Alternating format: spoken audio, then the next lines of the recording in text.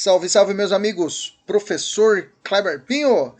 Vamos hoje de direito administrativo, vamos estudar um ponto muito importante para as provas, que é a responsabilidade civil do Estado, ok? Saúdo inicialmente nossos alunos da mentoria, um abraço aos alunos do YouTube, do Spotify que estão nos ouvindo. Vamos para cima. Começando com uma questão, né? A questão nossa sai da seguinte forma que eu montei para vocês. Considere o texto, analise as informações a seguir e assinale a alternativa correta. 1. O Estado responde e presta indenização diante da morte de vítima baleada por delegado em atividade de perseguição, no exercício de sua função. 2. Não alegada e não comprovada para elidi-la a culpa exclusiva da própria vítima para evento danoso causado pelo agente estatal, é certa a responsabilidade civil do Estado de indenizar. 3. Comprovada a relação de causalidade entre a atuação ou a omissão administrativa do delegado de polícia e o dano causado a terceiro. Configura-se o dever do Estado de indenizar objetivamente o ofendido. 4. A responsabilidade do Estado por ato omissivo ou comissivo de seus agentes é objetiva, apesar da responsabilidade subjetiva do causador do dano para indenizar em regresso à administração pública no caso de dolo ou culpa.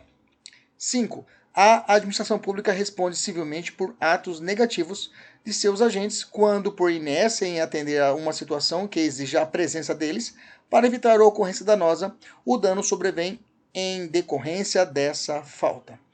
Vamos lá. Aí as alternativas são apenas a afirmação 5 está correta, todas as alternativas estão corretas, apenas a 1, 2 e a 4, apenas a 1, 4 e 5 e apenas a 2, 3 e 4. Vamos estudar, vamos entrar nessa seara chamada responsabilidade civil do Estado para podermos depois conseguirmos lá no final da aula responder essa questão. Bom, de forma introdutória, vou abrir uma pergunta para vocês, ok? Vou abrir uma pergunta para vocês a respeito da responsabilidade civil. De forma introdutória, vamos abrir a nossa conversa com uma questão. Vamos dar uma introdução. A moderna teoria do órgão público sustenta que as condutas praticadas por agentes públicos no exercício de suas atribuições devem ser imputadas ao Estado. Assim, quando o agente público atua, considera-se que o Estado atuou, ele está presente. Essa noção de imputação é reforçada por qual princípio da administração pública? Qual o princípio que trata disso, gente? Lembra os princípios expressos da administração pública? Lá o 37, legalidade, impessoalidade, moralidade, publicidade e a eficiência. Qual desses princípios que eu poderia enquadrar essa ideia de responsabilidade? A impessoalidade. A impessoalidade que assevera ser a função administrativa exercida por agentes públicos sem rosto, né? Por conta da direta atribuição à administração pública das suas condutas a eles praticadas, né, reforçando inclusive a teoria da chamada teoria do órgão, teoria da imputação volitiva, né, a teoria da imputação volitiva do órgão, né, que na verdade quando um agente age, ele é o próprio Estado. Quando um delegado anda, quando o juiz fala, quando um guarda municipal aborda alguém, ele é o próprio Estado. Então, se ele assim agir de forma incorreta, deverá ser punido, digamos assim, de forma administrativamente, e a pessoa, o cidadão, poderá ver contra o Estado a possibilidade de ser ressarcido por isso. Veja, responsabilidade civil é dinheiro, meus amigos. Não estou falando de responsabilidade penal. Aqui é civil, é conseguir tirar dinheiro do Estado. Desculpa usar esse termo idiota, mas é para você gravar rápido. Responsabilidade civil é isso, é a oportunidade da pessoa, diante, é claro, de uma lesão causada pelo Estado, ok? De forma e buscar do judiciário, pelo judiciário, uma responsabilização por esse dano causado pelo Estado, ok? Então, a responsabilidade civil é isso, é colocar o Estado no pau, digamos assim, uma linguagem bem simples para nós entendermos a aula de hoje, ok? Qual o conceito, então, de responsabilidade civil do Estado, para a gente poder falar das teorias? A responsabilidade civil do Estado é a obrigação que a administração pública tem de indenizar os danos patrimoniais ou morais que seus agentes, atuando nessa qualidade, causarem a terceiros, independentemente da existência ou não de um prévio contrato, por exemplo. Mas isso não é do dia para a noite, não é de hoje que foi essa ideia de indenização, a ideia de reparação, a ideia que o Estado deve reparar o dano causado por ele ou pelos seus agentes surgiu. Houve uma evolução das teorias e aqui é o nosso objetivo pontuar essas teorias. Vamos lá. Primeira teoria, a teoria da irresponsabilidade do Estado. Né? Essa teoria foi baseada na ideia de que o rei nunca erra. Era uma teoria utilizada pelos estados absolutistas, né? Aquela ideia de o rei nunca erra. Então, nessa ideia, traz uma teoria adotada de não punição estatal. Essa é uma ideia, inclusive, que trata com a monarquia. A monarquia, a forma de governo monárquico, tem essa estrutura absolutista, né?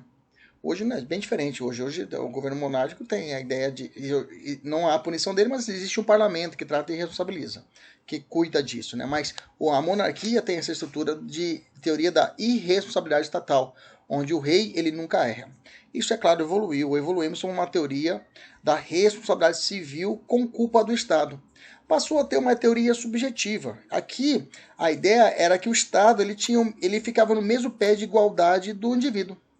Então, pressupunha que o agente estatal tinha agido com culpa ou dolo, o agente, né? Cabendo ao particular prejudicado o ônus de comprovar a presença de um elemento subjetivo, ok?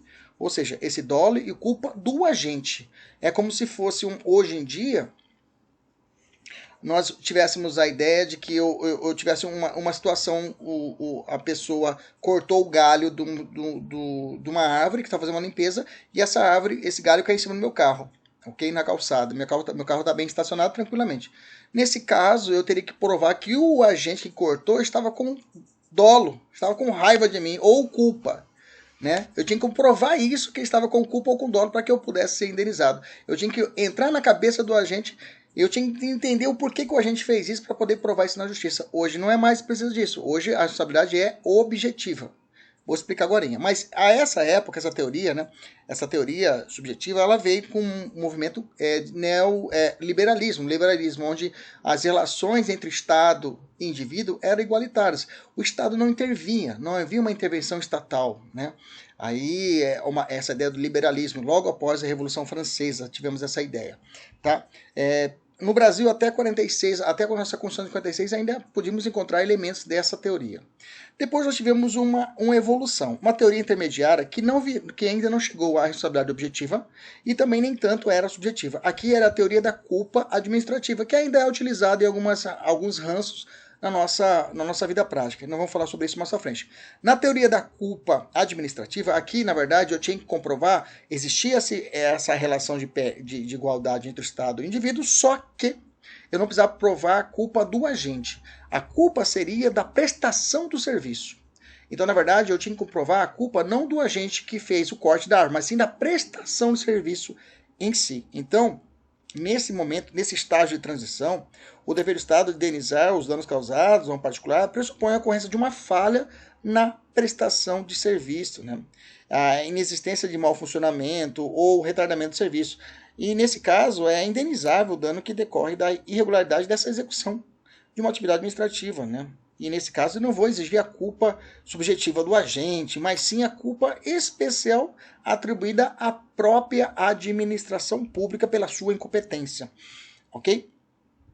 Então, nesse caso, nesse momento, a vítima não precisa, inclusive, apontar o agente, né? Basta demonstrar que o serviço não foi prestado. É uma evolução, porque na outra teoria da responsabilidade civil com culpa do Estado tinha essa característica. Essa teoria da culpa administrativa, eu não olho para o servidor, eu olho para o Estado e falo, o serviço foi mal feito.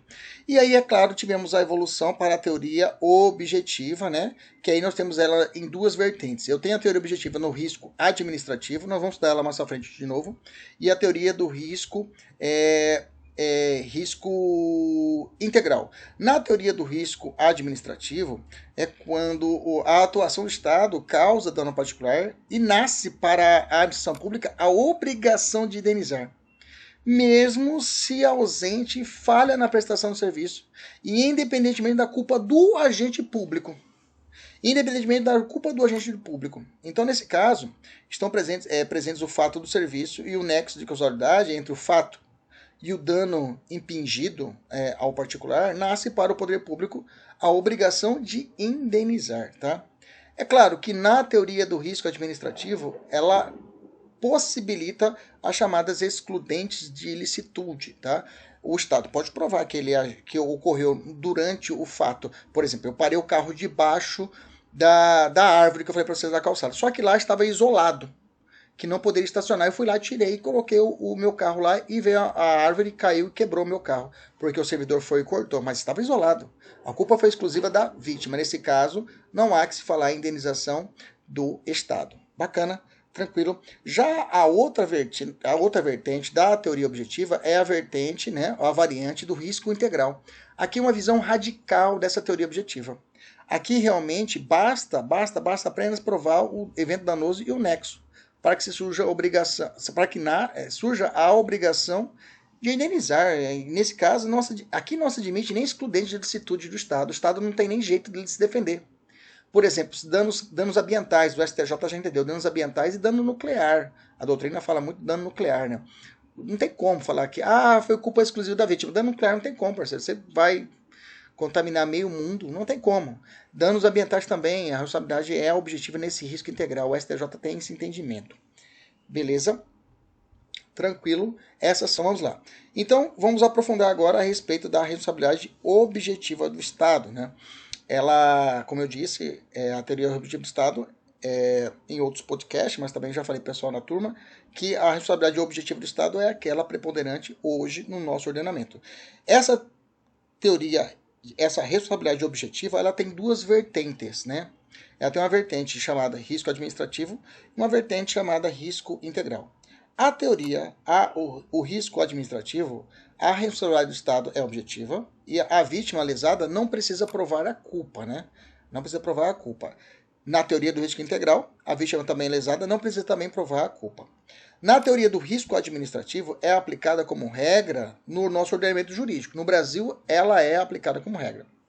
De acordo com essa teoria, o Estado responde de forma objetiva pelos danos causados a terceiro, independentemente de dolo ou culpa do agente.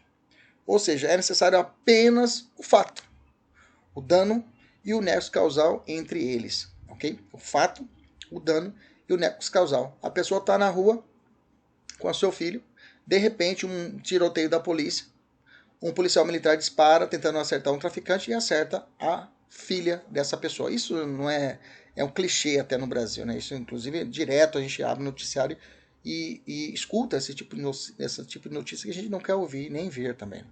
Então nesse caso a mãe dessa criança vai provar o quê? O fato, disparo, arma disparada pelo policial que acertou seu filho. O dano, morte do seu filho. O nexo, a arma disparada pelo policial matou seu filho. Pronto. Ela não precisa perguntar se o policial tinha dolo ou tinha culpa. Não precisa disso. Ela tem que comprovar esse link. Fato, dano e o nexo. Na teoria do risco integral, que é outra vertente, ela é uma variação radical da responsabilidade objetiva. Aqui, essa teoria do risco integral, que não é a regra do nosso ordenamento, ela sustenta que a indenização, o Estado sempre, anota bem, o Estado sempre deverá indenizar. O Estado sempre deverá indenizar ao particular sem qualquer excludente. Como assim, professor? Pois é. A teoria do risco administrativo, ela possibilita que o Estado promova o que? Excludentes. O Estado pode falar na defesa do policial, olha, ele disparou porque, na verdade, tinha um terceiro que estava ali e esse terceiro que disparou contra o policial e o policial acertou. Ou o policial pode alegar, entendeu? Uma situação de culpa exclusiva desse terceiro. Na verdade, o disparo saiu pelo terceiro e não foi o policial que disparou, entendeu? Ele pode fazer essas excludentes. Já na teoria do risco integral, não tem como realizar uma excludente. Mas já te falo, na teoria do risco integral, nós temos duas situações apenas apontadas, tá? Pelo STJ, já falou, na verdade o STJ já apoiou o dano ambiental. Ele falou assim, dano ambiental é possível a responsabilidade objetiva pela teoria do risco integral. Não tem conversa, tem que indenizar. E aí a doutrina, que é a fonte do direito administrativo, traz outras hipóteses que também aparecem em provas. Dano nuclear, acidente de trabalho, uma situação de um acidente encontrado dentro da empresa, dentro da administração pública acontece um acidente de trabalho de um servidor, Outra, atentado terrorista em aeronaves. Exatamente. Atentado terrorista em aeronaves, professor? Sim. Teve uma lei, a Lei 10.309 de 2001 e a Lei 10.754 de 2003, que depois que o 11 de setembro de 2001, passou-se a legislar dizendo que a União assume as despesas de responsabilidade civil perante terceiros na hipótese de ocorrência de danos em pessoas, passageiros ou não provocados por atentados terroristas, atos de guerra ou eventos correlatos ocorridos no Brasil ou no exterior contra aeronaves de matrícula brasileira. Então, nesse caso, por essa legislação, a doutrina entende, né, principalmente a doutrina de Alexandre Maza, entende que houve aí uma atração de uma responsabilidade objetiva pela teoria do risco integral, por força normativa, por força de lei, ok? Beleza, mas como eu disse, são posições doutrinárias, tá? Não é o que prega o STJ, é o dano ambiental. Já o risco administrativo, como eu falei, ele pode apresentar excludentes de licitudes. Quais são os excludentes, professor? Caso fortuito ou força maior, culpa exclusiva da vítima, culpa exclusiva de terceiro, teoria da reserva do possível, né? Ou ainda qualquer outra situação que possa permitir afastar algum dos elementos da responsabilidade, tá? Não é uma lista taxativa. Então, como eu disse, qual é adotada no Brasil? A teoria do risco administrativo. E sobre ela vamos nos debruçar agora, vamos falar sobre a teoria do risco administrativo. Ela está contida onde? No artigo 37, parágrafo 6 da nossa Constituição. Vamos ler a Constituição, fala assim: as pessoas jurídicas de direito público e as de direito privado, prestadores de serviços públicos, responderão pelos danos que seus agentes nessa qualidade causarem a terceiros, assegurado o direito de regresso contra o responsável, responsável aqui o servidor público, nos casos de dolo ou culpa. Beleza, mas a gente vai responder mais à frente essa parte do dolo ou culpa. Mas, preste atenção, se você reparar bem, o parágrafo 6º, que eu acabei de ler, não está escrito expressamente que a responsabilidade é objetiva. Você percebeu? Ele não fala, a responsabilidade será objetiva, né?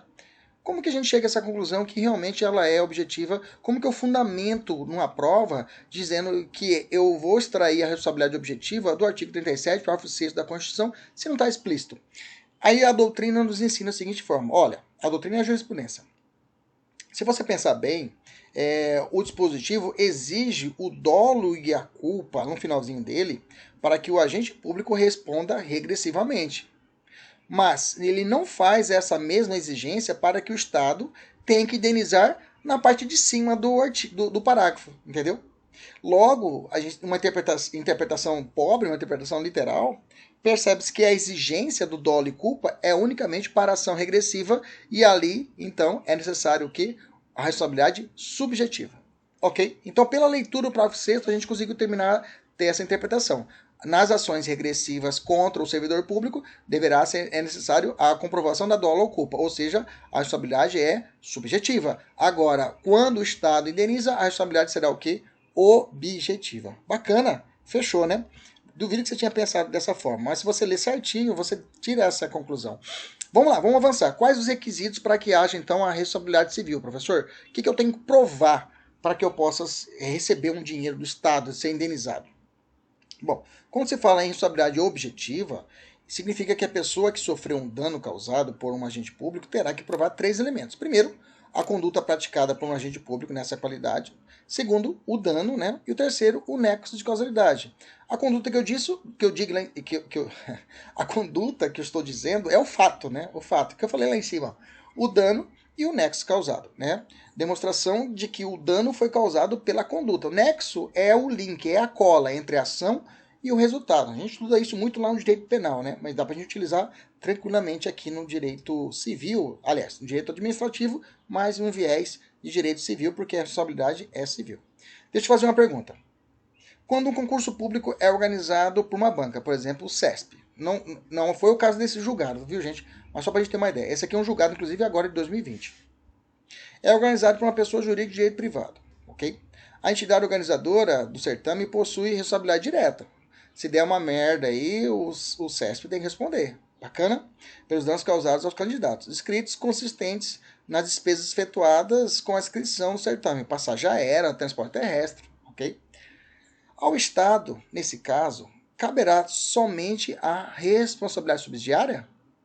Caso a instituição organizadora venha a se tornar insolvente, ou seja, não ter dinheiro para pagar, o Estado será subsidiariamente ou será solidariamente acionado? Ou seja, os candidatos que perderam o avião, perderam tudo por causa da bagunça da empresa organizadora. Poderão processar o Estado também, pedir de forma solidária, botar tanto o SESP, por exemplo, igual, mais o Estado tal, juntos numa ação? A resposta é o seguinte: o Supremo entendeu que o Estado terá a responsabilidade subsidiária. Ou seja, primeiro eu vou ter que ir na prestadora de serviço, ou seja, na banca examinadora, e ao máximo, sugar ela ao máximo. Ah, quebrou, entrou em recuperação judicial, então eu vou me habilitar. Chegou no última instância, não consegui mais arrumar mais nenhum dinheiro, aí eu vou para o Estado, entrar contra o Estado, ok? Então o Estado responde de forma subsidiária no julgamento do ministro, agora presidente, Luiz Fux, tá? O Fux. Julgou agora em junho de 2020. Fique atento a esse julgado. Deixa eu te perguntar. Quais as consequências da adoção da teoria da responsabilidade objetiva nessa vertente do risco administrativo? Bom, tem aí pelo menos 3 pontos que a gente vai ter que enfrentar passo a passo. Primeiro, as pessoas jurídicas responderão pelos danos que seus agentes nessa qualidade causarem a terceiros. Então, nós já falamos sobre isso, né? A expressão nessa qualidade, se a gente ler lá em cima, de novo no parágrafo 6º, ele vai falar assim, as pessoas jurídicas, direito público e direito privado, prestadores de serviços públicos responderão pelos danos que seus agentes nessa qualidade causarem a terceiros. O que significa essa ideia de nessa qualidade, né? Nessa qualidade indica a adoção pela nossa Constituição pela teoria da imputação volitiva de Otto Dierck. O que é essa teoria da imputação volitiva de Otto Dierck? Segundo a qual somente podem ser atribuídos a responsabilidade à pessoa jurídica, ok? E não ao agente público durante o exercício da sua função. Assim, cuidado, se o dano foi causado pelo agente público, né? Mas ele foi causado fora do seu serviço, fora do exercício da função pública, não há que se falar em responsabilidade do Estado. Tá? Não há que se falar em responsabilidade do Estado. Mas agora a gente vai conversar a respeito de uma situação muito comum em prova policial. O policial está na casa dele, está com revólver, discute com a esposa, dá um tiro na esposa. Nesse caso, a esposa sobrevive. A esposa pode entrar com uma ação contra o Estado e responsabilidade civil, ou o policial está uma lotérica, ele está de folga, vem um assalto, ele vai e reage, mata alguém, mata o bandido, mas acaba acertando uma senhora. Essa senhora pode entrar com ação contra o Estado? A gente vai responder isso mais lá para frente, ok? Okay? Quais as implicações da adoção da teoria da imputação volutiva? Primeira, ela impede que a propositura da ação, da indenização, seja diretamente contra a pessoa do agente. Né? Até se fala, né, o Supremo já entendeu isso, da chamada teoria, se é possível, chamada teoria do per saltum. O que é o per saltum? O per saltum seria, eu entro com a ação direto contra o servidor público. Pode? Não pode. Eu tenho que entrar com a ação contra o Estado. Per saltum seria pular o Estado e direto contra o servidor. Não posso. Eu tenho que entrar contra o Estado e o Estado entra contra o servidor.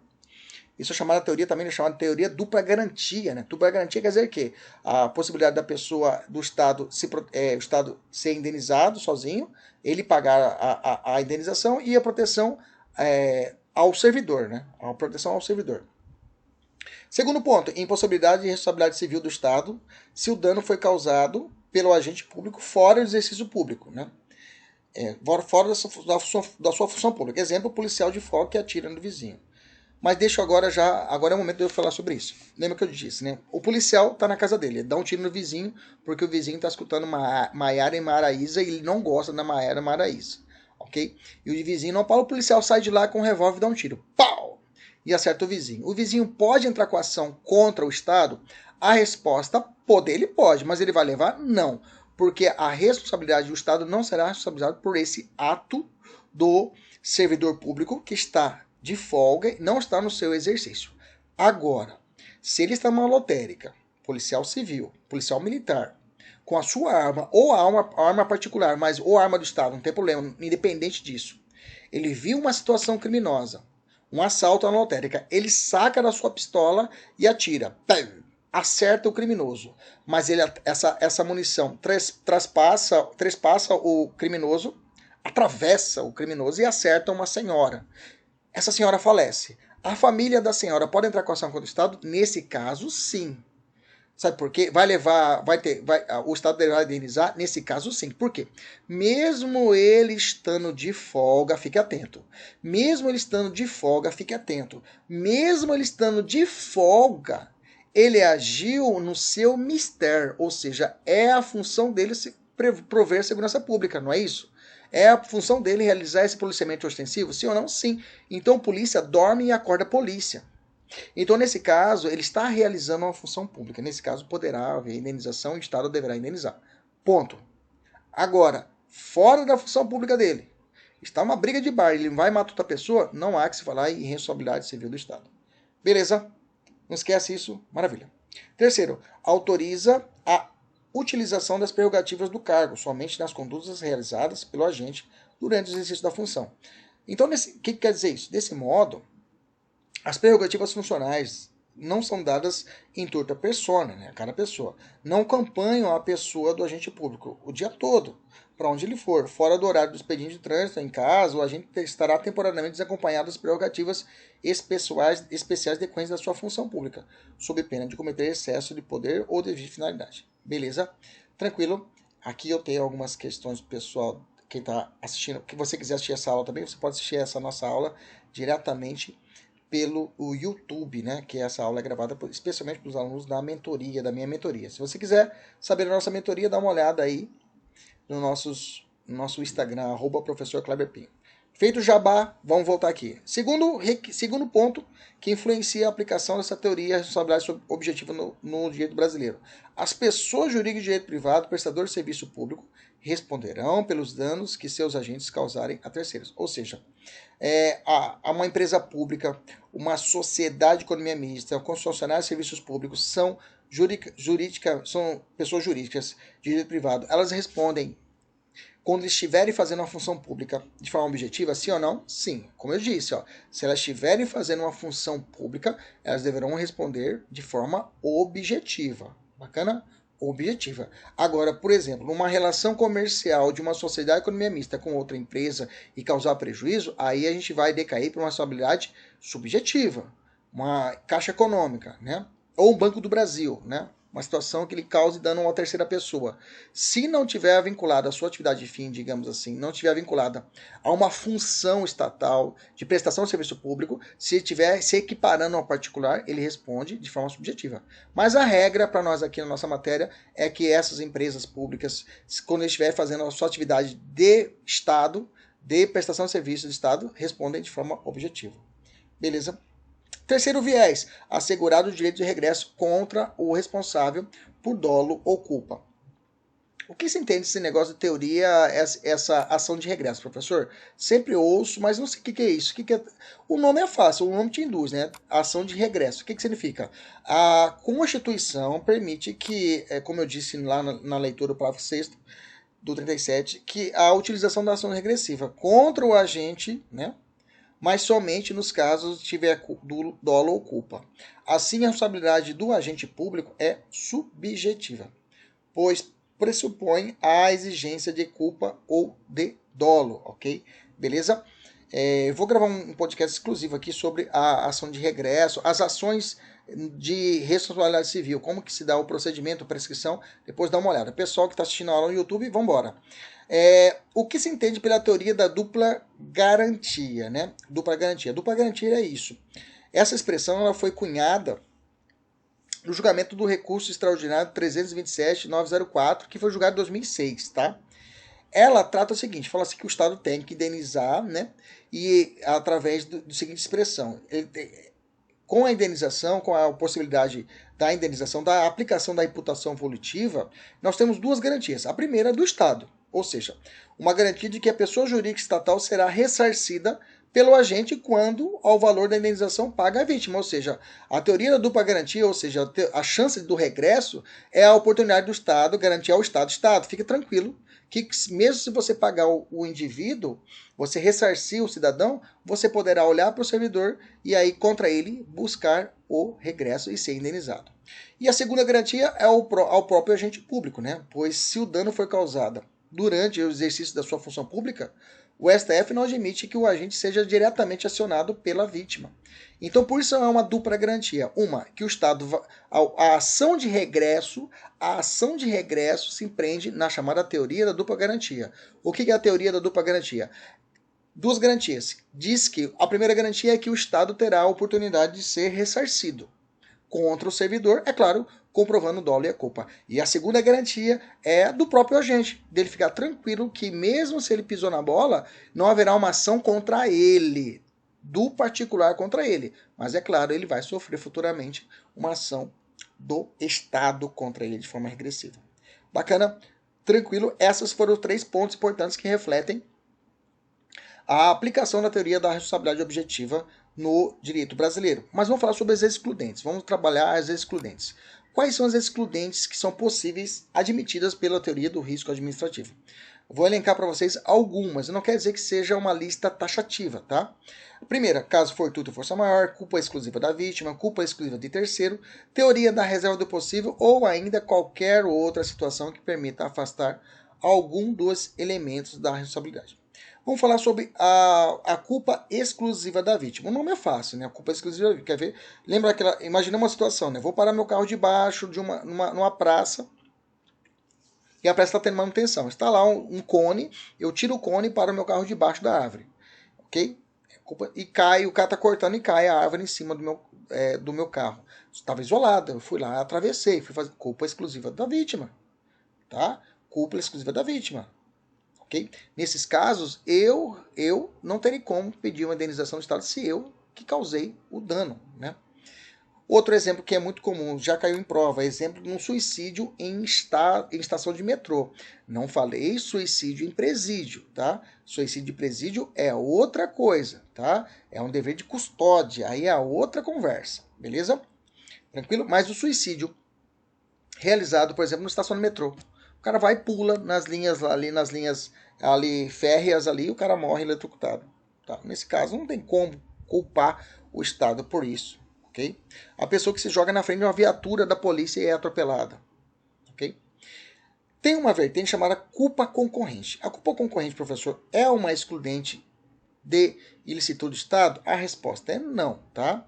A culpa concorrente ela não é enquadrada como uma forma de excludente. O que seria culpa concorrente?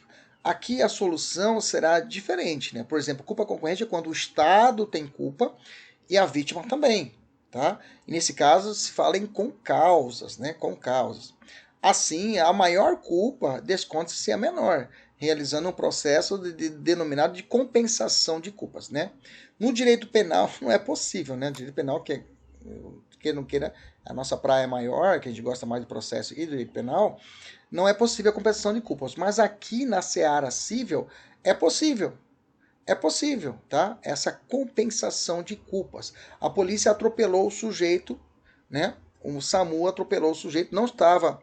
O SAMU não estava com o giroflex ligado, não estava com a sirene ligada, mas estava em alta velocidade, ok? O motorista do SAMU não estava fazendo atendimento, estava correndo porque queria correr, e acertou uma pessoa que estava passando na rua, e atropelou e matou. Só que depois descobre que essa pessoa não ultrapassou na faixa, digamos assim. E era um local proibido, era cercado, como acontece em muitas rodovias no Brasil, né? É cercado, você não pode, não tem como, você tem que atravessar pela passarela, a pessoa não passa pela passarela e inventou de atravessar numa rodovia que é hiper perigosa, sinalizada, dizendo que não pode ultrapassar, e a pessoa ultrapassa e a viatura acerta essa pessoa e mata. Veja, houve uma participação da vítima também. Houve uma participação da vítima e deverá ser o que é analisada isso no caso prático. Então não vai excluir a conduta do motorista SAMU, mas também não será punida somente só a culpa do Estado. Beleza? Tranquilo. O que seria, então, o que se entende por força maior, professor? Força maior, gente, é um acontecimento totalmente involuntário, imprevisível e incontrolável, tá? Que rompe o nexo de causalidade entre a ação do Estado e o prejuízo sofrido pelo particular. Por exemplo, uma erupção, uma enchente, ok? Um terremoto. E aí não tem como entrar com uma ação contra o Estado se o caso do Estado não tinha esse dever. Agora, caso fortuito, é o dano decorrente de ato humano ou de falha de administração, rompimento de uma barragem, Nosso Brasil já está passando por duas situações desse tipo, né? Rompimento de barragem de uma adutora é considerado caso fortuito. É um caso fortuito que foi estabelecido pela ação humana. O caso fortuito não exclui a responsabilidade do Estado, ok? Pode ser alegado, mas não exclui a responsabilidade do Estado, beleza? O caso fortuito, ele é uma excludente, mas ele não exclui, tá? A teoria majoritária hoje é que o caso fortuito, ele não exclui a responsabilidade do Estado. Grifa para nós aí, por favor. Ok? Quando ocorre a culpa de terceiro? A culpa de terceiro ocorre quando o prejuízo pode ser atribuído a pessoa estranha aos quadros da administração pública. Por exemplo, um prejuízo causado por atos de multidão, tá? Mas no dano provocado por multidão, o Estado responde se está comprovada a sua culpa, tá, gente? Vamos falar sobre isso também, mas... Então, nesse caso, vamos continuar aqui. Então, nesse caso, o dano à multidão, ele pode gerar uma responsabilidade estatal também, tá? O que se entende por teoria da reserva do possível, tá, gente? A teoria da reserva do possível, inclusive, é uma teoria alemã, né, que foi surgir no direito alemão, no tribunal, salvo engano, tribunal penal alemão, salvo engano, mas é do direito alemão, onde ali justifica a omissão estatal, usando por base o pretexto de contenção de gastos, ou, muito mais utilizada, a limitação orçamentária. Quer dizer que tudo no Estado é planejado, tudo no Estado existe uma limitação orçamentária. Então, por isso que, às vezes, o Estado pode falar, olha, beleza, Kleber, caiu a madeira em cima do seu carro, mas eu não posso te indenizar porque não tem verba. A verba nossa está totalmente direcionada para outras coisas, para a saúde, por exemplo. Ok? A jurisprudência admite a utilização de forma excepcional da teoria da reserva do possível, mas, tá? Já adianto para vocês. Diante do mínimo existencial, por exemplo, remédios, medicações, né? Alimentos, o mínimo existencial do ser humano, o Estado não pode alegar a teoria da reserva do possível, ok? Mas ela pode alegar para excluir a sua ilicitude. Beleza? Vamos fazer uma questão aqui. Olha só uma questãozinha, um case, que foi julgado pelo Supremo. João, sem alvará ou qualquer outra espécie de autorização do poder público, vendia de forma indevida em sua casa fogos de artifício. Bacana? Bacana. Importante mencionar que João chegou a dar entrada no pedido de alvará junto à prefeitura, mas o município exigiu dele algumas outras providências, dentre elas uma perícia da Polícia Civil, e ele não deu continuidade, né, ao processo administrativo que ficou parado. João armazenava os produtos de forma inadequada e, em razão disso, determinado dia houve uma explosão no local, o que causou danos físicos e patrimoniais em Pedro, seu vizinho. Pedro ajuizou uma ação de indenização contra o município, afirmando que houve falha do poder público na fiscalização da atividade. Nesse caso concreto, o município será condenado a indenizar a vítima? Vamos lá? Eu sei que sua língua é até coçada. Você vai dizer, claro, professor, sim, ele deve indenizar. O Estado deveria fiscalizar todas as casas todos os processos administrativos que começaram com o pedido de manutenção de fogos de artifício e pararam. Já começou a furar, né? Você imagina o Estado ter que, o município fiscalizar todos os processos que o cara começou e parou. Imagina a loucura que seria, né? Não teria como. Então, o que o Supremo disse no julgamento do recurso extraordinário 13.686 de São Paulo? Porque o ministro, inclusive o relator originário foi o Fachin, né? Depois passou por Alexandre de Moraes. Ele julgou o seguinte: não. Para que fique caracterizada a responsabilidade civil do Estado por danos decorrentes do comércio de fogos de artifício, é necessário que exista a violação de um dever jurídico específico de agir que ocorrerá quando for concedida a licença para o funcionamento, sem as cautelas legais ou quando for de conhecimento do poder público, eventuais irregularidades particulares. É isso aí. O que significa? Quer dizer o seguinte, que se o município tivesse ofertado o alvará ou a licença, melhor dizendo, a licença, o alvará, não tivesse afetado de forma e não tivesse feito a fiscalização correta, aí sim, veja, o cidadão ele deu entrada, mas não terminou o processo. Então, não há que se imputar, nesse caso, a culpa do Estado, nesse caso, do município, ok? Cuidado na sua resposta. Porque, veja meu raciocínio, seria impossível o município ter que fiscalizar todos os procedimentos que começaram e não terminaram. Ah, não começou. Ah, provavelmente pode ser que ali ele está continuando, está armazenando. Não tem como, entendeu?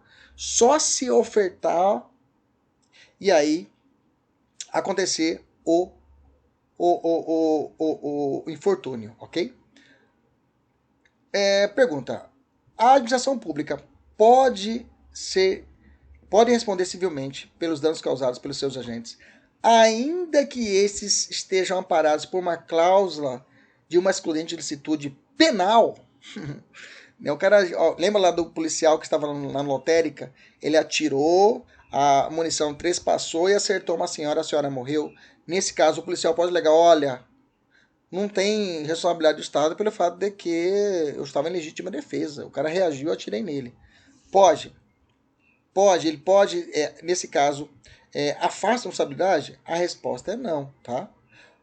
Inclusive, isso é uma jurisprudência em tese do STJ, a jurisprudência em tese 61, item 7, que fala assim: a administração pública pode responder pelos danos causados por seus agentes, ainda que esses estejam amparados por excludentes de ilicitudes. Bacana?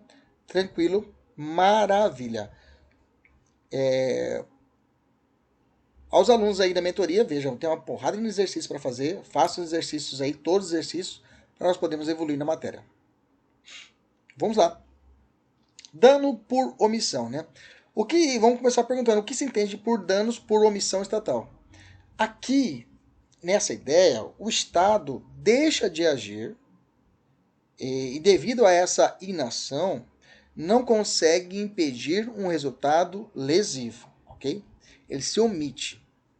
Exemplos que envolvem, por exemplo, prejuízos decorrentes de um assalto, enchentes, uma bala perdida, queda de árvore, buraco na via pública, né? O cara tá na bicicleta, cai dentro do buraco, do bueiro. Acontece isso muito, né? A pessoa é tragada por um bueiro aberto no meio de uma enchente, né? Um bueiro aberto que quebra uma roda de um carro. Nesse caso, são casos de omissão estatal, sim ou não? Sim. O Estado deve indenizar por isso, sim ou não? Sim. Mas pergunta: qual a responsabilidade pelos danos omissivos? É a responsabilidade subjetiva ou objetiva? Vamos lá. Celso Antônio Bandeira de Mello, grande administrativista do Brasil, ele vem sustentando há vários anos, né? Eu venho acompanhando as leituras desde a época da academia, desde a época da faculdade, que os danos omissivos se sujeitam à teoria subjetiva. Ponto. Atualmente, inclusive, é o entendimento do STF, que nos casos omissivos, o STF defende que será uma teoria subjetiva, ou seja, tem que provar o dolo e a culpa, o fato, o nexo e o dano. Ok? Então tem que provar todos os requisitos para que o Estado seja aprovado. Em outras palavras, os danos por omissão são indenizáveis somente quando configurada essa omissão dolosa ou omissão culposa, né? Na omissão dolosa, o agente público encarregado de praticar a conduta decide omitir-se e, por isso, não evita o prejuízo. Já na omissão culposa, a falta de ação do agente público não decorre de sua intenção. Já na omissão culposa, a falta de ação do agente público não decorre de sua intenção deliberada em omitir-se, mas deriva da negligência na forma de exercer sua função administrativa. Por exemplo, um policial militar que adormece em serviço e por isso não consegue evitar o furto no banco privado, né? Aplica-se a teoria subjetiva, né? Essa é a regra. A vítima tem o ônus de provar a ocorrência de culpa ou dolo, além de demonstrar os requisitos omissão, dano e nexo causal. Pergunta: é possível pelo menos a inversão do ônus da prova nesses casos, professor? A partir da hipossuficiência decorrente da posição de inferioridade da vítima diante do Estado, né, deve ser observada a inversão do ônus da prova, ou seja, presumindo-se a responsabilidade estatal nas omissões ensejadoras de comprovado prejuízo ao particular, de modo de que o Estado basta para afastar a tal presunção, ele tem que comprovar que não agiu com dolo ou culpa. Então quer dizer que, mesmo na responsabilidade objetiva pela omissão, é necessário que há uma inversão do ônus da prova, é possível que a inversão do ônus, onde o cidadão, não é ele que vai comprovar que houve dolo ou culpa, mas sim o Estado que tem que comprovar isso, beleza? Pela posição sua de inferioridade com o Estado. Então, por regra, atos comissivos, responsabilidade objetiva, e atos omissivos, responsabilidade subjetiva por regra, tá? Por regra. Por que por regra? Nós vamos encontrar algumas situações onde teremos uma omissão estatal, mas teremos o quê? Uma responsabilidade objetiva, que nós vamos falar agora já, que são chamadas relações de custódia do Estado. Vamos entender. O que se entende, só um pouquinho. Pronto, o que se entende por relação de custódia do Estado? Vamos lá. São os danos, o que se entende por relações de custódia, são os danos causados a pessoas e bens submetidos a relações de sujeição especial, conhecidas também como relações de custódia. O que é isso? Um preso que está sob a custódia do Estado é diferente do tratamento, porque existe uma proteção estatal, um carro que está sobre a custódia do Estado. Então, essa que é a análise. Se esse carro sofrer um prejuízo, a responsabilidade do Estado, nesse caso, não será subjetiva pela sua omissão. Será o quê? Objetiva. E deixaram meu carro no pátio do Detran. Chegou lá, cadê meu carro? Ah, roubaram seu carro. Opa, peraí, parceiro. Estava sob a custódia do Estado. Quero saber. A responsabilidade. Foi omissão, então é subjetiva. Não, aqui nesse caso, quando está sob a custódia do Estado, a responsabilidade é objetiva. Objetiva. O preso que está na delegacia, o preso que está custodiado no sistema carcerário brasileiro, ele está sob a custódia estatal. Ali, se ocorrer uma omissão estatal quanto ele, eu tenho responsabilidade objetiva. Ok, entendemos isso? Bom, então vamos avançar, que temos muita coisa a falar a respeito desses pormenores. Exemplos comuns. Preso é morto na cadeia. Vamos enfrentar esse ponto. O primeiro ponto é esse. Morte de detento em estabelecimento prisional. Como ocorre a responsabilidade do Estado? Como é que fica? Em regra, meus amigos, o Estado é objetivamente responsável pela morte do detento. Isso porque houve a sua inobservância do seu dever específico de proteção previsto no artigo 5º da Constituição, artigo 5º, inciso 49, né, da Constituição Federal, ok? A exceção, o Estado poderá ser dispensado de indenizar se ele conseguir provar responsabilidade objetiva, mas eu posso apresentar excludentes de ilicitude, nós já sabemos disso, que a morte do detento não podia ser evitada. Nesse caso, rompe-se o nexo de causalidade entre o resultado da morte e a omissão estatal. E, inclusive, o STF firmou essa tese em repercussão geral da seguinte forma: em caso de inobservância de seu dever específico de proteção, previsto no artigo 5º, inciso 49, cabe da Constituição Federal, o Estado é responsável pela morte do detento. Vamos entender isso com mais carinho. Vamos entender isso. Professor, então, como seria essa exceção? Como seria essa regra? Vamos continuar aqui, olha só. Caso uma pessoa que esteja presa cometa suicídio, o Estado terá o dever de indenizar seus familiares? Em caso positivo, qual seria o tipo de responsabilidade? Ponto. A primeira resposta é sim. Segunda, a responsabilidade é objetiva. A responsabilidade civil pela morte do detento em delegacia, presídio ou cadeia é pública objetiva, não tem conversa. A omissão estatal é pública objetiva, tá? Isso significa que, agora sim, que o Estado deverá sempre ser condenado a indenizar a família do preso que suicidou, por exemplo? A resposta é não. Por quê? Somente haverá responsabilização do poder público se, no caso concreto, o Estado não cumpriu o seu dever específico de proteção previsto no 59, ok? Como assim? Como se adota a teoria do risco administrativo, o Estado pode provar que houve uma excludente de licitude. Por exemplo, o ministro Fux, ele estabeleceu da seguinte situação, ele deu duas balizas muito claras. Ele falou o seguinte, primeiro caso, Imagina que um detento está doente, ok? E precisa de tratamento médico. Bacana? Bacana. Ocorre que este não lhe é oferecido de forma adequada pela administração penitenciária. O cara está com Covid. Está com Covid e não é realizada a devida proteção estatal. E o cara entra em um quadro de depressão aguda, digamos assim. Há claramente uma violação do artigo 14 da Lei de Execuções Penais. Nesse caso, se o preso falecer, o Estado deverá ser responsabilizado, considerando que houve uma omissão específica e o óbito era plenamente previsível, ou pelo suicídio ou morreu pela inação de medicação. O Estado tem que responder. Beleza? Tranquilo? Agora imaginemos uma segunda hipótese. Suponha que, no entanto, o preso estivesse bem e saudável.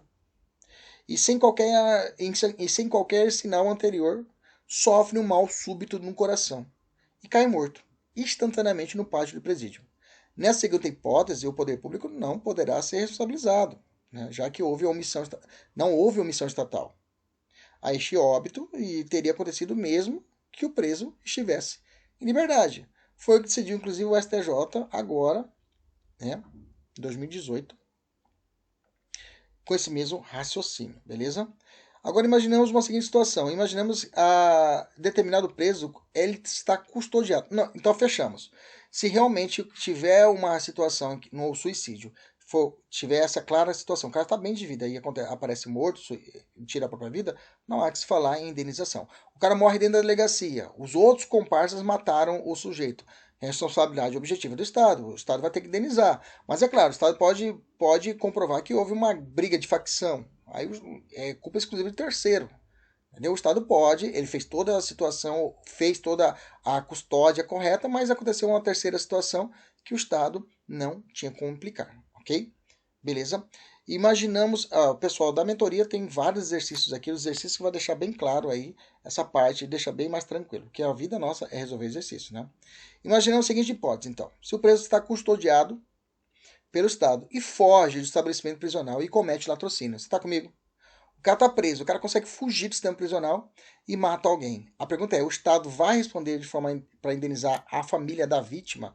Meus amigos, isso aconteceu aqui no Mato Grosso, tá? Isso aconteceu aqui no Mato Grosso e subiu em recurso extraordinário para o Supremo, tá? E o Supremo agora, salvo engano, no mês de setembro, tá? Eu não tenho o número julgado que saiu, publicação dando nem tempo para colocar aqui, mas por 7-3 o Supremo julgou afastando a responsabilidade do Estado, tá? Afastou a responsabilidade do Estado nesses casos, beleza? E falou que não tinha nexo entre ação e resultado. Resolva as questões aqui embaixo, beleza? Tranquilo? Maravilha. Vamos falar sobre dano por multidão, tá? Dano por multidão. E aí, professor? Responde ou não responde Estado? De forma objetiva ou subjetiva? Continuamos no mesmo raciocínio. Dano por multidão, tá? Como nós falamos, tradicionalmente e majoritariamente a doutrina diz que a responsabilidade civil do Estado por omissão é subjetiva. Nós já falamos isso lá atrás. Quando por situação de custódia é objetiva, né? Já falamos isso. Patrimônio ou vidas, né? Tiver sob a custódia do Estado, se omitir, é objetiva. Agora, quanto a manifestações, professor, é subjetiva ou objetiva? O STF, em recentes manifestações, vem adotando que o Estado, por força da teoria do risco administrativo, responde também objetivamente, tanto para as condutas estatais comissivas quanto para os omissivos. O Estado já falou isso, tá? Já tem esse posicionamento, né? Inclusive nas provas você vai ver isso, né? Nós falamos lá da situação mas o que está se cobrando muito na prova, o que está se caindo muito em prova, estão batendo nisso, que o Estado, que eu falei, a regra é subjetiva e as exceções são objetivas. Hoje, as exceções estão prevalecendo nas provas. O Supremo, em 2016, começou a mudar o entendimento. Falou o seguinte, olha, se for dano omissivo ou comissivo, a regra vai ser o que? Objetiva, tá? Esse entendimento do Supremo começou a evoluir para isso e chegou a esse ponto na dano por multidão. Falou, ó, se for comissivo ou omissivo, vai ser tudo objetiva. Esse é o novo entendimento do Supremo, em 2016 para cá. Imaginamos a seguinte situação, o Estado foi informado da possibilidade de eclosão de danos no bojo de uma determinada manifestação, que já se desenhava violenta, né? em determinado centro urbano. E mesmo assim permaneceu inerte, ou seja, ficou sabendo que ia acontecer um mal maior, estava acontecendo já um movimento de multidão já, digamos assim, violento, e o Estado ficou quieto. Ficou quieto. Ok? E acontece, e acaba acontecendo isso mesmo. Né? A manifestação toma proporções maiores e vários danos foram causados pela multidão. Nesse caso, as pessoas prejudicadas podem entrar com ação contra o Estado? Sim ou não? Sim. O Estado será a responsabilidade objetivamente? Sim ou não? Sim. Veja, nessa omissão existia um estabelecimento de que ele tinha que agir. Ele tinha o dever de agir e não o fez. Ok? Nesse caso, responderá de forma objetiva. Tá? Tranquilo? Maravilha. Vamos encerrar. Vamos evoluir, vamos falar sobre responsabilidade das concessionárias de serviço público, né? Então, um ponto importante sobre as concessionárias de serviço público. O artigo 2º, inciso 3 da Lei 8.997, é muito claro que a delegação de uma prestação feita pelo poder concedente, mediante licitação na modalidade de concorrência para a pessoa jurídica ou consórcio de empresas, que demonstre capacidade para o seu desenvolvimento por sua conta e risco e por prazo determinado. Quando ele determina isso, está falando que o filho é seu. Tá? Então, as concessionárias de serviços públicos, digamos, a Rota do Oeste, aqui no Mato Grosso, que faz a parte de algumas rodovias nossas que são privatizadas, as nossas empresas de ônibus, todas elas são concessionárias. Elas respondem de forma objetiva pela prestação de serviço público, ok? A referida norma legal evidencia que a concessionária do serviço público assume a prestação de serviço público por sua conta e risco, né? Então a responsabilidade dela é primária, tá? Primária. E cabendo ao Estado somente de forma o quê? Subsidiária à ocorrência de qualquer dano causado pela concessionária, tá? Então a concessionária tem que responder independente do dolo e da culpa. Deixa eu fazer uma pergunta para você. Determinado ônibus bate em carro particular, causando danos físicos em seus passageiros, usuários do transporte coletivo, e no condutor do veículo, não usuário do transporte coletivo. Ambos serão alcançados pelas indenizações decorrentes da responsabilidade objetiva da concessionária, sendo o Estado cobrado subsidiariamente, sim ou não? Sim. Então, tanto o usuário como também aquele não usuário que é afetado pela ação, digamos assim, violenta, a ação dessa batida, terão direito à responsabilização e de forma objetiva. Tranquilo? Maravilha. Então, o nosso tema será agora crimes patrimoniais e a responsabilidade, ok, das prestadoras de serviço. Gente, temos dois entendimentos bem claros a respeito dessa controvérsia.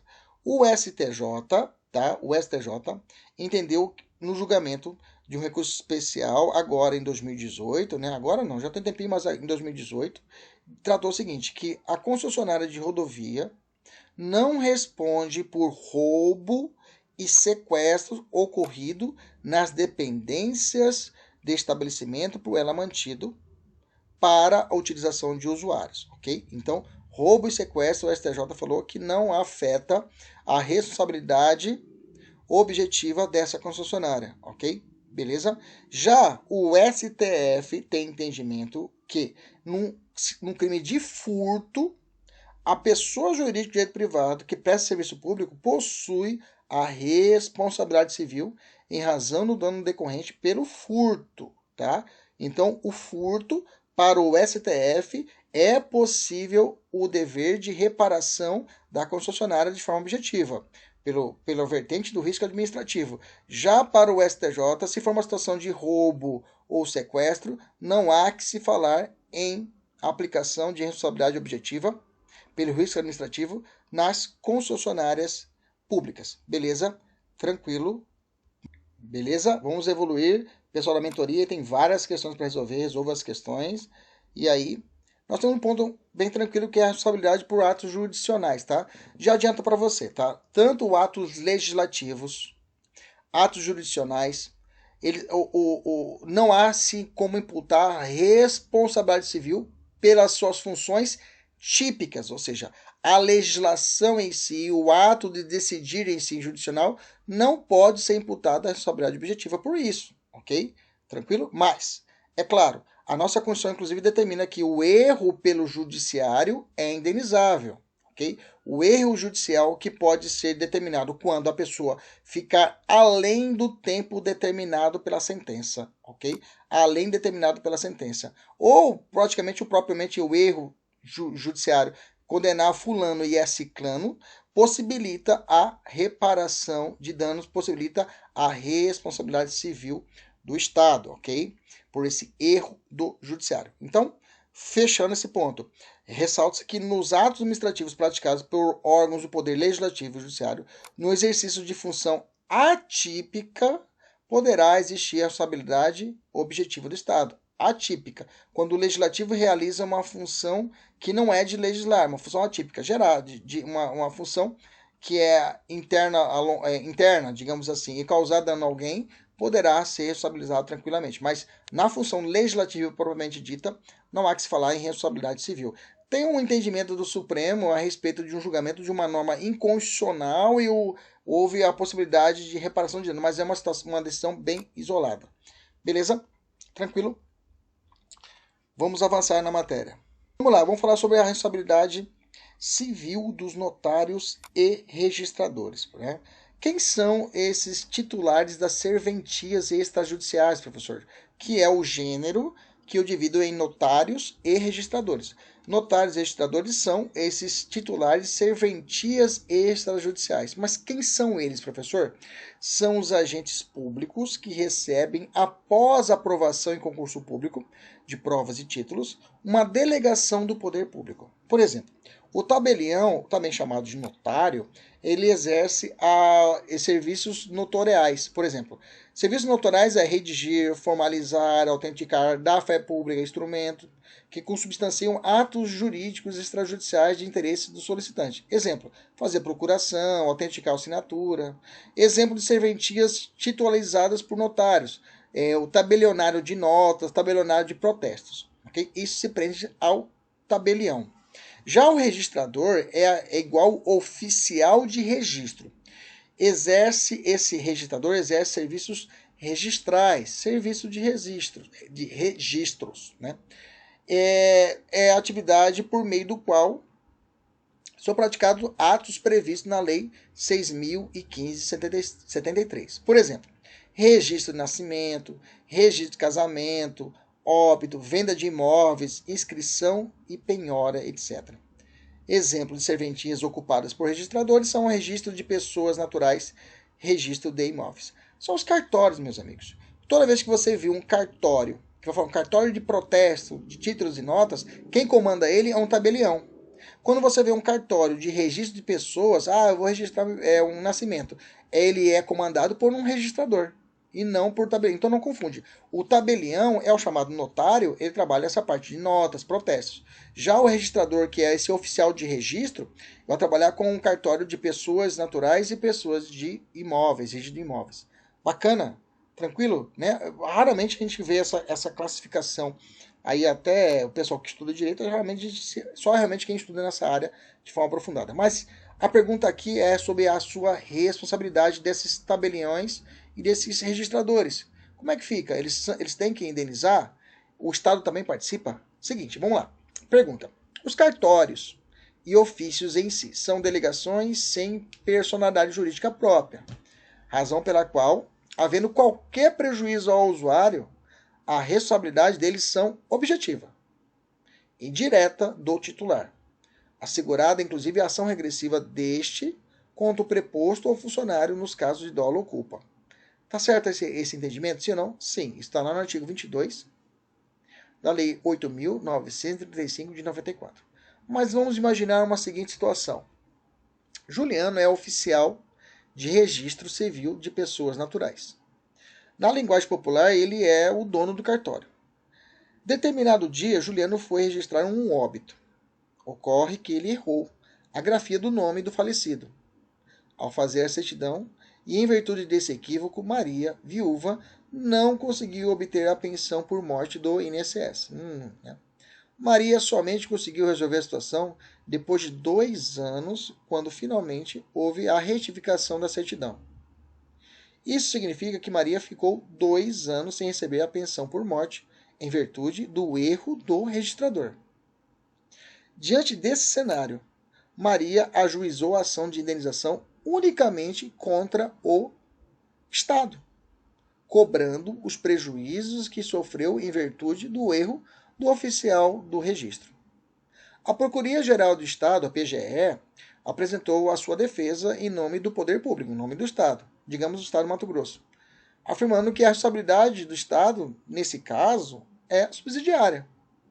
Ou seja, primeiro, Dona Maria deveria se propor a ação contra o titular da serventia, ou seja, o registrador.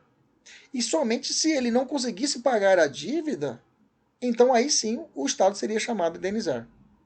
Pergunto, essa tese, sustentada pela PGE, foi acolhida pelo Supremo? A resposta foi um sonoro não, não.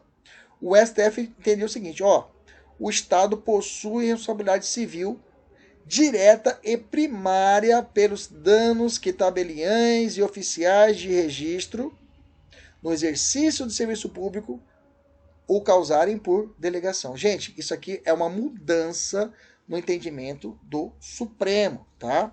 Isso foi vinculado no informativo 932, no recurso extraordinário 842-846 do Rio de Janeiro. Foi julgado pelo ministro Fux, ok? Então, fique atento às provas. Houve essa mudança nesse entendimento, que agora o Estado deve responder de forma direta e primária pelos danos causados pelo estabelecido. Antes não era, antes era de forma subsidiária. Beleza, tranquilo, maravilha, maravilha. Continuando o nosso trabalho, vamos falar sobre a responsabilidade civil por danos decorrentes de obras públicas. Como se dá isso, professor? Da seguinte forma, nós temos que analisar 3 situações bem distintas. Primeiro, nós temos que ver pela obra por si só, a má execução da obra e má execução da obra a cargo de um particular, tá? E aí nós conseguimos derimir as situações. Bom, se for um prejuízo causado apenas pela obra por si só, que, por exemplo, em uma obra de perfuração e abertura de galerias para ampliação do metrô de São Paulo, as explosões necessárias de respeito de todas as preocupações e cuidados técnicos provocaram rachaduras nas casas próximas. Nesse caso, o dano a essas casas é ocasionado pelo fato da obra, sem que haja culpa de alguém. De quem responde pelo dano é exclusivamente quem responde pelo dano é a administração, né, de forma direta, civil e objetiva, mesmo que a obra esteja sendo executada por um particular, por ela contratado. Então, nesse caso, a responsabilidade é objetiva na modalidade de risco administrativo, independente de quem esteja na obra. Má execução da obra, tá? Lá, quando a obra causa prejuízo, na má execução da obra, feita a cargo diretamente pela administração pública, a responsabilidade é objetiva, sem conversa nenhuma. E má execução da obra a cargo de um particular, né, um terceiro, né? Um contrato celebrado com o poder público. Nesse caso, a responsabilidade é subjetiva do executor, que responderá se comprovado o dolo e a culpa, ok? Aí, nesse caso, é do executor da obra, um particular, uma empresa, empreiteira. Não é concessionária pública. Não é concessionária pública. Estou falando disso. Estou falando de uma empresa privada. Tranquilo? Beleza? Maravilha. Vamos evoluir. Então, a ação indenizatória é aquela proposta pela vítima contra a pessoa jurídica a qual o agente público causador do dano pertencente. Por força da teoria da imputação volitiva, essa ação não pode ser proposta diretamente ao servidor. Okay? Inclusive, o Supremo já analisou, cuidado se você ouvir na prova esse termo, indenização per salto. Não é possível a indenização per salto. O que é a indenização per salto? Isso foi julgado em 2006 pelo STF. Seria a possibilidade de entrar com ação diretamente contra o servidor. Não. Tem que haver. A ação tem que ser proposta contra o Estado, e o Estado, se assim prejudicado, vai propor uma ação contra o servidor de forma regressiva, mas aí tem que provar o dolo e a culpa do servidor. Beleza? Agora, o Supremo Federal considera que a ação regressiva do Estado contra o agente constitui uma dupla garantia, né? Essa ação de regresso. Dupla garantia que seria uma contra o Estado, uma garantia para o Estado que ele vai receber do servidor o prejuízo que ele teve que dissipar para a vítima, que teve de restituir a vítima, e a outra garantia é para o próprio servidor, que não haverá ação contra ele, mas sim contra o Estado, e ele poderá se responder apenas de forma subsidiária, beleza? Aproveitando, vamos falar da prescrição, tá? O prazo prescricional, tá? De acordo com o 206, parágrafo 3º, inciso 5 do Código Civil, o prazo prescricional para a propositura de ação de indenização é de 3 anos, contados da ocorrência do evento danoso. Então, actionata, né, actionata nasce a partir do evento danoso, eu tenho 3 anos. Mas, para o STJ, ele passou a sustentar, desde 2012, a aplicação do prazo quinquenal, ok? Para ações de indenizações propostas contra o Estado, então o prazo será quinquenal, ou seja, 5 anos, tá? Inclusive o enunciado 40 da primeira jornada de direito administrativo, né, diz que nas ações de indenizações juizadas contra a Fazenda Pública, aplica-se o prazo prescricional quinquenal previsto no decreto 20.910 de 32, em detrimento do prazo trienal estabelecido no Código Civil de 2002, ok? Pois tratar de norma especial que prevalece sobre a geral. Então, o prazo prescricional para as ações de indenização contra o Estado sofrem a prescrição de 5 anos, o prazo quinquenal. E a ação regressiva, né, que é a oportunidade do Estado propor contra o servidor, necessita pelo menos 4 pressupostos. Primeiro, tem que existir a condenação do Estado na ação indenizatória. Segundo, tem que ocorrer o trânsito julgado da decisão condenatória, que não precisa, inclusive, aguardar o levantamento do precatório. Terceiro, a culpa ou dolo do agente tem que ser comprovada. E quarto, a ausência de denunciação de lide na ação indenizatória. Então, nesses 4 requisitos, se presentes, aí nasce a oportunidade para o Estado propor a ação de regresso contra o servidor, que agora vai ter que comprovar o dolo e a sua culpa. Beleza? Beleza? E agora finalizamos nossa aula, voltamos à nossa primeira questão. Vamos responder a primeira questão que foi proposta, né? Primeiro lá. Considere o texto análise as afirmações a seguir, assinar a alternativa correta. Primeiro, o Estado responde... Opa, foi demais. O Estado responde e presta indenização diante da morte de vítima baleada por delegado em atividade de perseguição no exercício de sua função. Perfeito. Está certa a questão. Segundo, esse item está certo. Não alegada e não comprovada para elidi-la a culpa exclusiva da própria vítima, para o evento danoso causado pelo agente estatal, é certa a responsabilidade civil do Estado de indenizar. Está certo. Se o Estado não conseguir comprovar uma das excludentes, ele deverá responder, como, por exemplo, a culpa exclusiva da própria vítima. Tá certo? Item 2. Item 3. Comprovada a relação de causalidade entre a atuação ou omissão administrativa do delegado de polícia e o dano causado a terceiro. Configura-se o dever do Estado de indenizar ou objetivamente o ofendido. Tá certo. Exatamente. Ocorrendo esse nexo, deverá nascer o direito de indenização. Quarto, a responsabilidade do Estado por ato omissivo ou comissivo de seus agentes é objetiva, apesar da responsabilidade subjetiva do causador do dano para indenizar em regresso à administração pública no caso de dolo ou culpa. Perfeito? E a última, a administração pública responde civilmente por atos negativos de seus agentes, quando por inércia em atender uma situação que exige a presença deles para evitar a ocorrência de danosa. O dano sobrevém em decorrência dessa falta. Está certíssimo, todas as questões estão corretas. Alternativa correta, letra B. Aos alunos da mentoria agora terão que resolver uma bateria de questões, além das que vocês já fizeram, já deve estar cansado, né? Vocês vão ter que responder a simulado de hoje e, ao final, tirar a foto, me enviar a resposta, né, correta, as respostas corretas. E, além disso, tira a foto, manda para mim e coloca aqui a quantidade de questões que você errou por desatenção e a quantidade de questões que você errou por desconhecimento, que aí você fala comigo que a gente já esclarece essas, principalmente essas aqui, por desconhecimento. Se realmente você errou porque você não sabia ou não aprendeu de forma correta, eu vou te ensinar. Um abraço, até a próxima, se Deus quiser, Ele sempre quer. Tchau, tchau.